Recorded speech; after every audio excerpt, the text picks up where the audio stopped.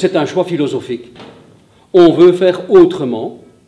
Le commerce en grande distribution a créé des distorsions dramatiques pour certains agriculteurs, certains artisans, et donc il a fallu rétablir les choses. Alors, pour rétablir les choses à un ordre local, on s'est mis autour de la table et on a créé une coopérative qui a pour but d'être le plus équitable possible chez nous et aussi vis-à-vis d'autres produits, enfin d'autres pays producteurs qui rejoignent la même philosophie. Oui, parce que bon, dans la grande distribution, c'est plutôt les grandes entreprises qui fixent le prix des produits qu'elles sont d'accord d'acheter. Ici, dans notre coopérative, c'est plutôt le producteur qui fixe un peu son prix, donc c'est plus équitable, c'est vrai finalement. Oui. Voilà. En fait, c'est juste prix. Voilà. Un prix juste pour permettre à nos agriculteurs locaux d'en vivre dignement. Le levier du commerce équitable, c'est aussi un levier écologique, par nature. C'est un levier social aussi, dans le sens où on vient d'engager une personne pour travailler avec nous. Donc c'est vrai qu'à ce niveau-là, voilà, c'est une progression. On permet à des gens un emploi. On espère en arriver à plus. Donc on ouvre un peu, dans beaucoup de directions, l'esprit de la coopérative. Ouais, finalité sociale, ouais. Finalité éthique, finalité équitable et finalité sociétale, quoi, en définitive.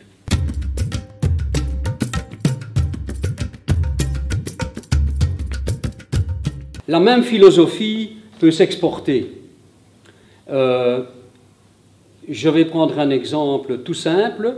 Nous avons commercialisé des produits, enfin, nous commercialisons des produits de Oxfam notamment, parce qu'ils ont la même philosophie que nous, en partie, et donc nous contribuons aussi à d'autres organismes qui essayent de travailler en fair trade et en équitable. Donc nous travaillons avec une coopérative sicilienne. Cette coopérative sicilienne, eh bien, c'est une coopérative qui ressemble à la nôtre. C'est une assemblée de producteurs locaux qui fabriquent des produits que nous commercialisons.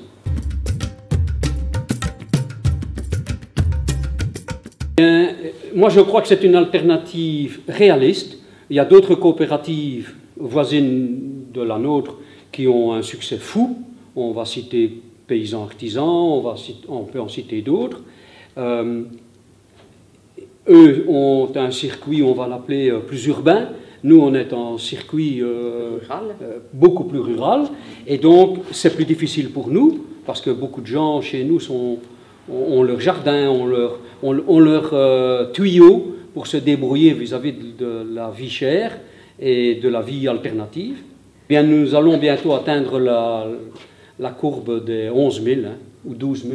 Oui, on a passé les 10 000 en juin. Voilà, donc on répond à une demande, manifestement.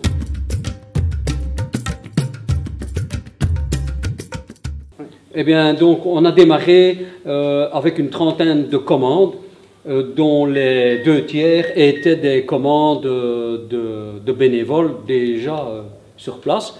Actuellement, on a 4 points de dépôt, donc 4 points où on va rechercher sa commande pour éviter les kilomètres d'une part et pour rayonner aussi.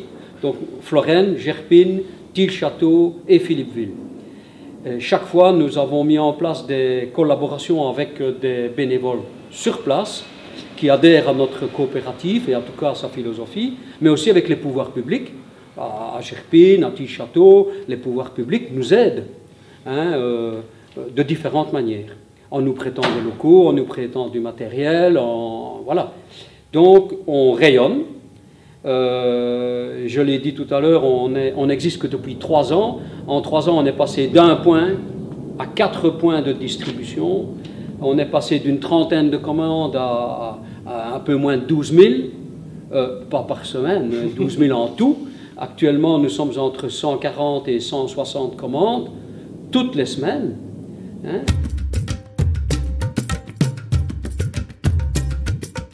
Mais si on veut avoir de l'importance, il faut se fédérer. Il faut se fédérer aussi pour d'abord être plus fort, mais aussi pour avoir des débats contradictoires, faire progresser les idées. Les bonnes idées des uns peuvent profiter aux autres. Les difficultés des uns peuvent être source de rénovation ou de remise en question pour d'autres. C'est très important de partager l'expérience entre nous. Comme ça, on peut mieux lutter contre justement le système de grande distribution. Si on a toutes les petites astuces pour mieux contrer ce gros système capitaliste, enfin, parce qu'on parlait, mais ça fonctionne.